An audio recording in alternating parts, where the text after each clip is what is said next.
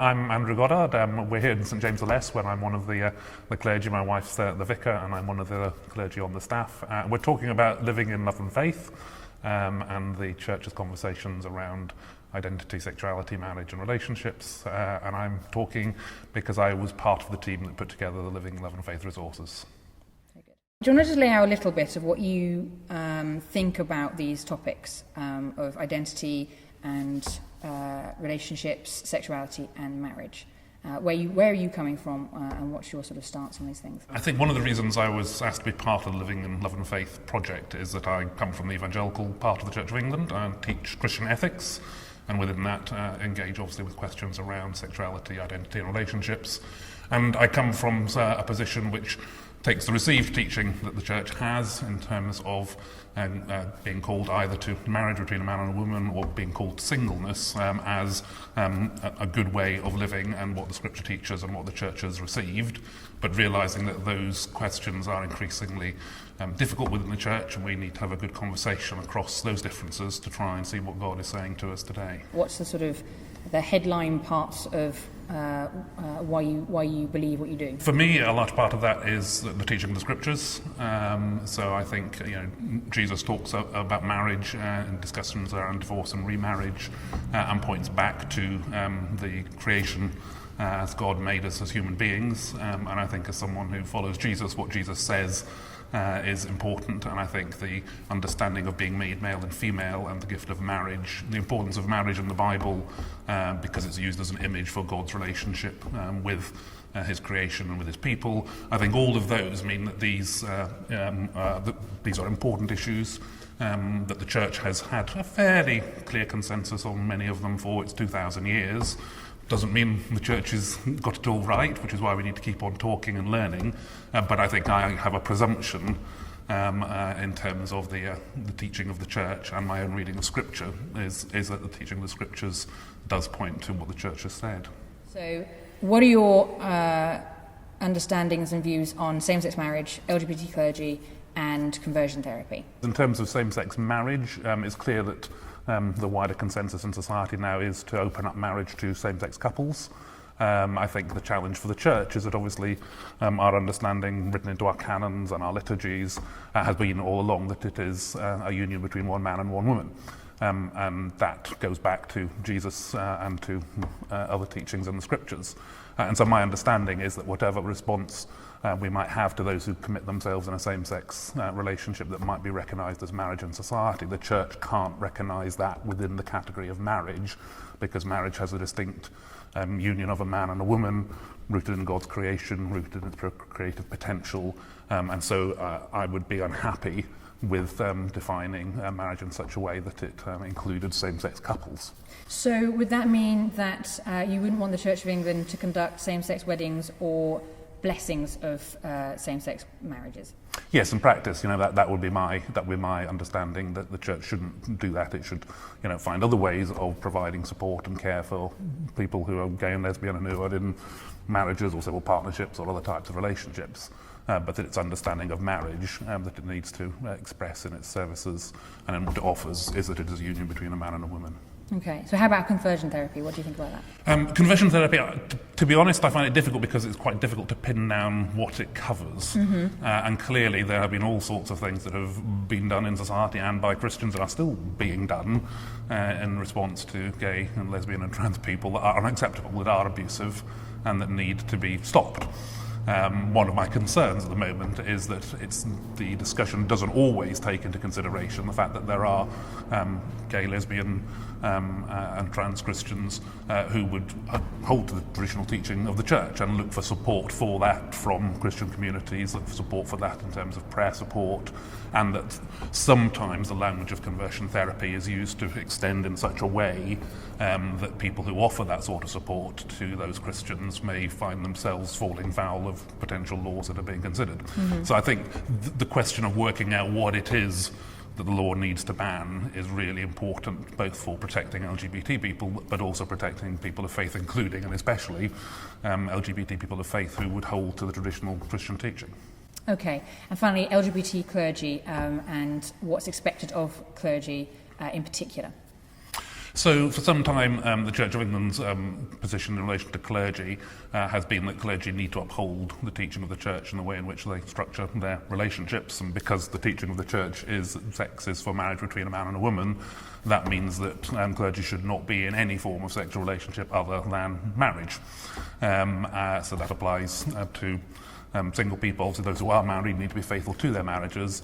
The burden that places on gay and lesbian people obviously is it means that the Church says that they shouldn't be in a sexual relationship if they are ordained.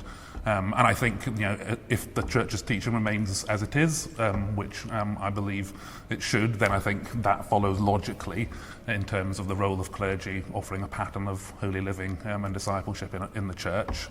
It doesn't, of course, mean that you can't be gay or lesbian and ordained. There are many gay, lesbian and ordained clergy, and there are other forms of intimacy and patterns of relationship that are recognised. Civil partnerships are permitted to clergy, but they are expected to give assurances that they are not sexual relationships.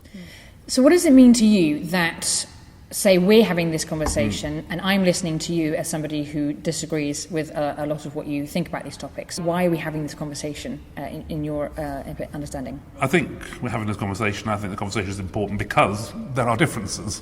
And none of us, I suspect, have got it all totally right. We all have something to learn, and we are most likely to learn from people who initially we disagree with, because that disagreement points to the fact that there are things where we need to explore further. So I think there's that general principle that we should always be willing to learn more, and that requires listening to people who initially we may not agree with what they're saying. As Christians, I think we have the special responsibility with fellow Christians because we are called to seek the mind of Christ together. Our unity is in part a unity in truth, and so we need to actually engage with one another when we find we are not united in our understanding of what God's will is. And if we don't do that, then there is a danger that we are not listening fully to what God is saying through his people amidst our differences, and we run the risk of fracturing our relationships with one another. We've seen that happening already in churches over some of these issues, particularly globally in the Anglican Communion, and I think we need to find a better way of addressing our differences, and sadly we have done in the past. Given the unlikely scenario where we all end up agreeing with each other, what does the future look like? What do you want, particularly out of the LLF processes going forward in the next sort of few years? I think over the next few years we're going into what's called a process of discernment leading to decision making, and I think to a certain extent that rightly is open-ended because it is a process of discernment, and the aim is to listen to the different voices and try and discern together what God is saying to us.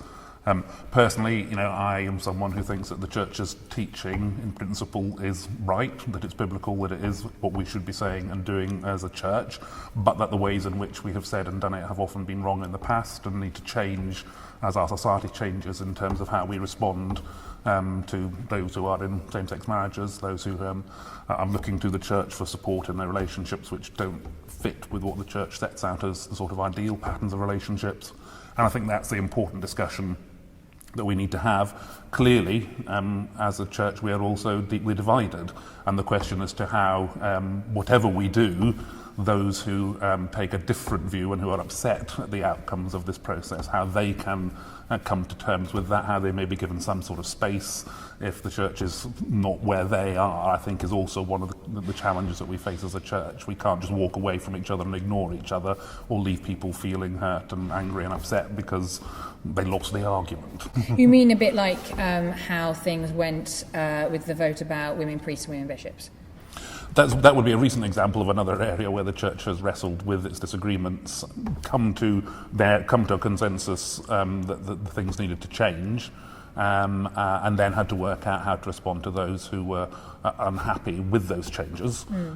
It struggled at times to do that well. It's a model that could apply in these sorts of situations, but clearly this is a different sort of subject. It relates not to matters of sort of order within the church, but matters to do with morality, with ethics, with patterns of holiness and discipleship. So I think it's a more complicated and deeper question than those questions. And so exactly what that would look like is not clear. And of course, it may be that at this point the church isn't ready to make any changes, and the question then becomes, well, what can be done for those who really want it to change, but have been frustrated that this process hasn't led to that. So it depends, in a sense, where we end up after the process, which Christian voices are the ones that are hurting, and we need to work out what that means for how we might still live together in as much unity and fellowship across our differences as we can with integrity. So other Anglican churches have made changes. So the Church in Wales are blessing same-sex marriages. The Church in Scotland, the Episcopal Church in Scotland, is allowing priests to opt into doing same-sex weddings. And the Episcopal Church in America, I believe, hasn't given that choice. I think you have to be able to just accept doing same-sex marriages. So the Episcopal Church has for a lot longer been clearly wrestling with these questions. It's clearly now formed a consensus within itself to be fully affirming of same-sex marriage. Quite a lot of people left because of that. Others have stayed within it but still would hold to the traditional teaching. And they have been wrestling with the question of, well, how do we still hold together? Some have left, but those who've stayed together. And they've decided that same-sex marriages need to be available across the whole church, and therefore bishops have to permit them in their diocese. But if the bishop is opposed to it, they can hand the care of the parish over to a bishop who is supportive of same-sex marriage. So that again reflects the complexities and difficulties of managing any change in this area because of the pressures it puts on individual clergy and bishops in particular. So how would you feel if the Church of England went for any of those three sort of models?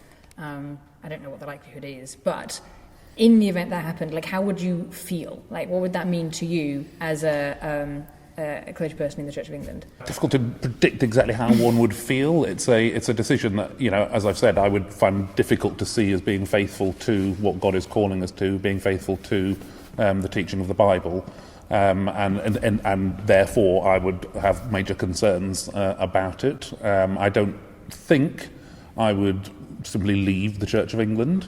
But I would hope that there would be ways of creating a space for those of us who held that view to be able to continue to hold it with integrity and continue to live in as close fellowship as one can with those Christians who hold that different view and who now have, if you like, the ascendancy within the Church of England in terms of its policies.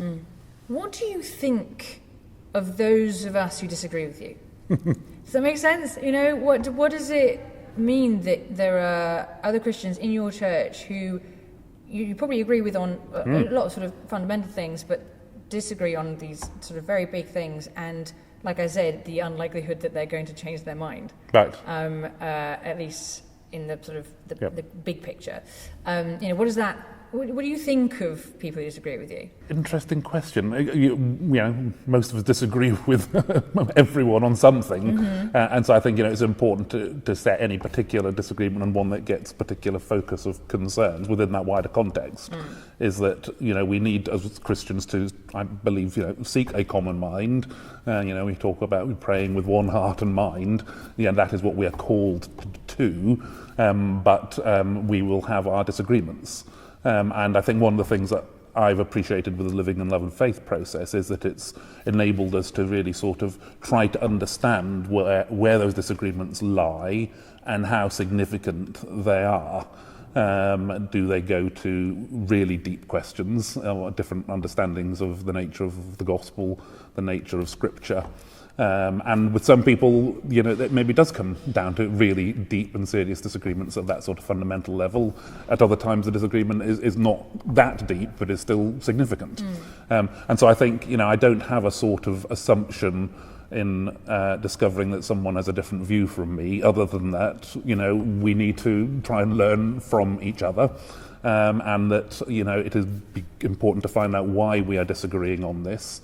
And then work out, you know, what does that mean in terms of, you know, how closely we can partner and work together given the level of the disagreements. You know, we have disagreements across, you know, different denominations historically. We have interfaith disagreements. We are constantly navigating differences in the midst of, you know, shared beliefs and common concerns.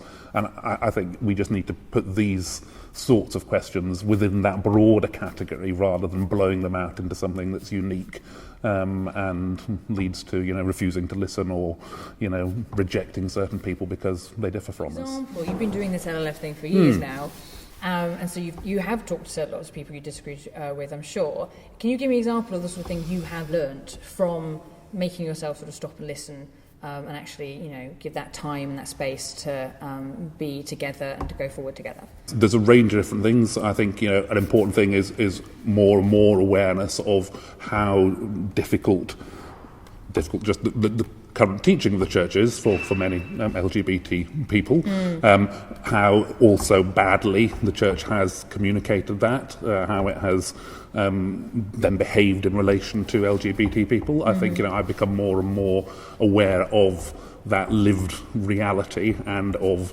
the failings of, if you like, the sort of position and those who share my position than I was before. I think I've, become clear that, what motivates people who hold a different view, is a concern as they understand it for justice and for the command to love our neighbours. We disagree about what that means, but it is root difference often is, doesn't go down to those sorts of levels. They're working from those same concerns that I would have. We just have different understandings of what that means. And that, that actually this is just one of a number of issues. It's one that we are particularly wrestling with, but the reason that it is so difficult is because there are other differences around LLF as a section about how we hear God, that there are particular differences about how we hear God and discern God's will that go much deeper and explain why we are hearing different things as we understand it from God on this question. So I think that was one of the things that the Living in Love and Faith process particularly made me realise was just, the number of differences and types of disagreement that are at play here, and the need to understand those better and to, again, learn as much as one can from those one disagrees with. So what do you think we should all take with us as we go forward in LLF together? I think for those of us engaging in the LLF process, there are quite a number of different challenges. A number of them are identified, I think, in the pastoral principles, which are really helpful and are embedded into the course, and really challenge us to look at ourselves individually and as congregations and as the whole Church of England as to where our fear and ignorance and prejudice and things like that really part of our life together, and how do we actually face those. And one would hope there would be agreement that these are things that are present and shouldn't be present, and we can work at that together, perhaps across our differences. I think we need to, the whole point of LLF is to set out a number of different views, and I think responding well to those which are views that are new to us or that we disagree quite strongly with, rather than just dismissing them and those who hold them, but actually thinking, well, why do some fellow Christians think that? What's so important to them? What am I missing, perhaps? Those sorts of questions are quite important ones to explore through the LLF process. The whole aim and what was marked, I think, in the process of producing the materials was the building of relationships across difference. And I think that's really important. Often we just have a sense of people out there who hold different views from us. Actually knowing who some of those people are and getting to know them, seeing their faith, praying with them, studying the Bible with them, listening to them, trying to understand why you see things so differently is one of the things that I hope will happen as a result of the Living in Love and Faith process. Well, thank you so much for talking to me, Andrew. It's been really lovely having you at St John's, first for our sermon and now for this conversation. Well, thank you. It's great. I hope we've sort of modelled some of what LLF is trying to do, of bringing people who have different views together to listen to one another, to learn from one another, and to seek God's will together. Amen. Amen.